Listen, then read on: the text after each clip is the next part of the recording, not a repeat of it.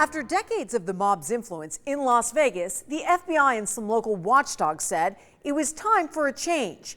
In part two of our special report, Tough Little Town, a look at the big names who played a big part in Las Vegas history and what eventually led to the downfall of the mob.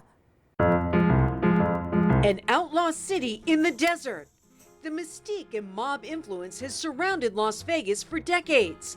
The Mob Museum's Director of Education, Claire White, says Bugsy Siegel's arrival signaled the start of this era in Las Vegas. What are you talking about here? A whorehouse? I'm talking about a hotel. I'm talking about a place where gambling is allowed. To our destiny, Las Vegas! He opens the Flamingo in 1947. He, along with Meyer Lansky, who is his main financier, really are the mobsters who see the vision for Las Vegas moving forward. With the opening of Siegel's Flamingo Hotel, the door was wide open for more mob operations. White says Johnny Marshall Caifano was the enforcer of the Chicago outfit and was very violent.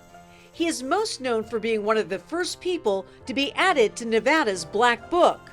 The Black Book is a list of people excluded from holding a casino license, as well as not being allowed to step foot in a casino in Nevada. It was created by the Nevada Gaming Commission in the 1960s under the guidance of former Nevada Governor Grant Sawyer. The Black Book was like the mark of Cain, probably the worst thing that you could ever do to a human being, to make him into an outlaw. Despite that addition, mob operations continued, including the arrival of one of the biggest names, Frank Lefty Rosenthal. He came to Las Vegas in the late 1960s and took over the skimming operations at the sportsbook at the Stardust Hotel and Casino, as well as other properties. He was really responsible for sort of that back of the house component of the skim, making sure that things were operating properly. The skim is when people would take money off the top of casino earnings before it could be taxed. Tony the Ant Spilatro, the enforcer of the Chicago syndicate, came to town in the 1970s. I sat down with former Las Vegas Mayor Oscar Goodman at the Mob Museum. Goodman represented Spilatro as his attorney and says Spilatro was misunderstood. He never was convicted of anything over 12 to 15 years that I represented him. So he's a figment of law enforcement's imagination. I really mean that. For years, there was an understanding of sorts about keeping violence out of the city. But things slowly began to change while Spilatro and Rosenthal were here. That does start to shift in the 70s and 80s, where we see car bombings, we see restaurant bombings. Clark County historian Mark Hall Patton says he has a friend who doesn't have a spleen after trying to stop a mobster from beating up his girlfriend on Fremont Street. He claims Las Vegas police urged his friend to not press charges. They said, "Do you want to press charges?" He said, "Yes, I do." And they said, "No, you don't, because you won't make it to trial." While the rise in violence and the skim continuing in the casinos, longtime Las Vegas journalist and current Mob Museum VP of Exhibits, Jeff Schumacher, says the FBI finally stepped in during the late 1970s. The FBI decided to go full force in Las Vegas and to try to investigate skimming at several casinos. The Nevada Gaming Control Board was also renewing its focus on organized crime. The control board acts in a prosecutorial or disciplinary capacity against gaming licensees. Former Nevada Governor Mike O'Callahan was also a key figure in trying to get the mob out of casinos and hired young agents to sit on the board. Former U.S. Senator Harry Reid also threatened the mob's grip on Las Vegas when he served as chairman of the Nevada Gaming Commission.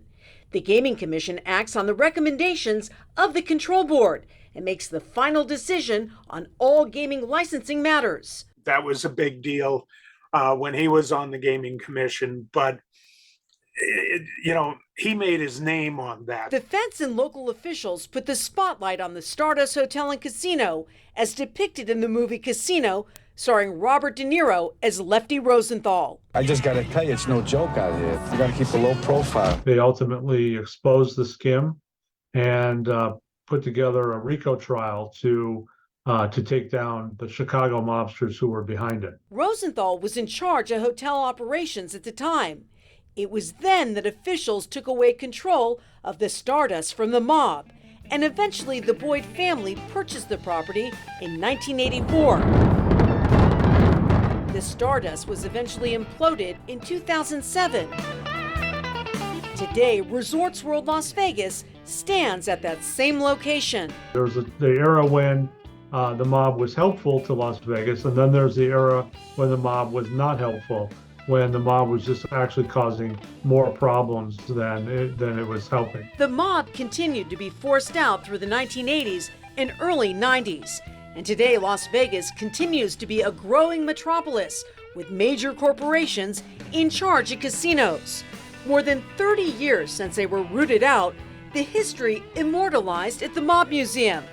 And there's no denying the complicated legacy of the mob in Las Vegas. It was the mob that really created that mystique here, and that really built some of the early hotels here, which is very important. But it was not better back in the day. A legendary city that will never be recreated. They'll never be able to make a place like Las Vegas again. And we would like to thank the Mob Museum for its contributions with our stories. And to watch the first part of our special report, you can head over to our website at ktmv.com.